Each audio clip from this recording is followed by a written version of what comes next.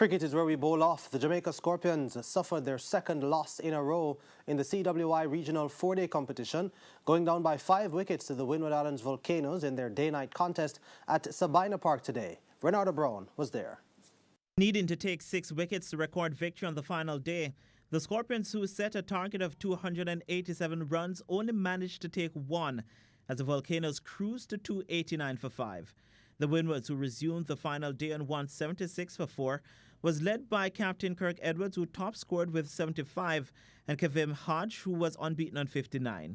The two shared in a 99-run partnership for the 5th wicket before Edwards was removed by O'Shane Thomas. Rovman Powell, who had 5 wickets in the first innings, claimed 2 for 47 for the Scorpions. Captain Paul Palmer Jr. was left to reflect on missed opportunities from his side. We missed a few chances. I would say about almost 10 from last night into today, and it cost us dearly.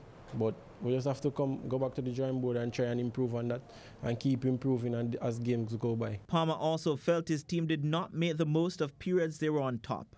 We didn't bat as well as we should because on a difficult wicket for the first 2 days it was a bit difficult to bat on. I think we could have tried to muster up some more runs and to get even a bigger lead. Even 287 is a lot of runs, but we could have still pushed that over the 300 barrier. So that's something that we have to take into consideration to try and kill out games, to try and to kill it off from early.